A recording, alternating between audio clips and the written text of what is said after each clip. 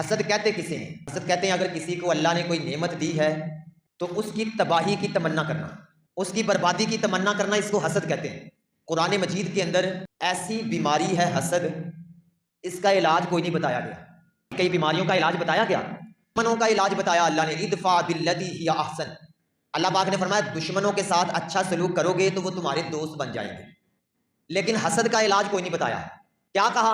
اللہ نے فرمایا حسد سے پناہ مانگو، حاسد سے، وَمِن شَرِّ حَاسِدٍ إِذَا حَسَدَ، کہ حسد کرنے والوں سے میری پناہ مانگو۔ علاج نہیں بتایا، یہ ایسی خطرناک بیماری، اس کا علاج ہے ہی کوئی نہیں۔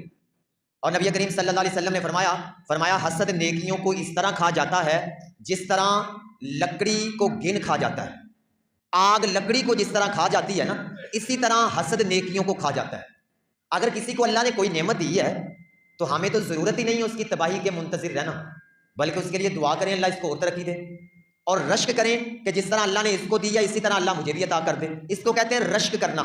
رشک کرنا کہ اللہ اس کو تو نے اتنا نوازا ہے تو مجھے بھی نواز، یہ ہے رشک کرنا۔ رشک کرنا جائز ہے لیکن حسد کرنا جائز نہیں۔